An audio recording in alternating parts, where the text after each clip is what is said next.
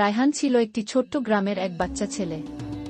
খেলাধুলা আর দুষ্টুমিতে সে ছিল সবার সেরা। তবে একটা বিষয় সে একেবারেই গুরুত্ব দিত না, সালাত।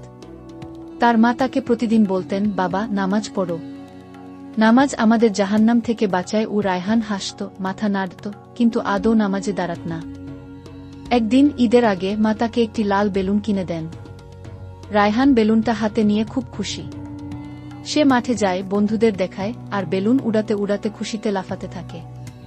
হঠাৎ একটা ঝোড়ো হাওয়ায় বেলুনটা তার হাত থেকে ছুটে যায়। সে দৌড়ায়, চিৎকার করে, কিন্তু বেলুনটা উড়ে গিয়ে আকাশে মিলিয়ে যায়। সে ঘরে ফিরে এসে কাঁদতে থাকে। মা তাকে বুকে জড়িয়ে বলেন, দেখছো রায়হান, যেমন করে বেলুনটা একবার গেলে আর ফিরে আসে না, তেমনি যদি সালাত হাতছাড়া হয়ে যায়, প্রতিদিনের সুযোগ নষ্ট হয়, একদিন আমাদেরও আফসোস করতে হবে।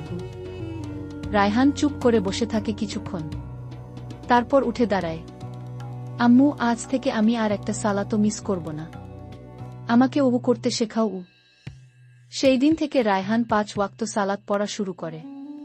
ছোট সেই বেলুন তাকে যে শিক্ষা দিয়ে গেল, তা সে সারা জীবন মনে রেখেছিল।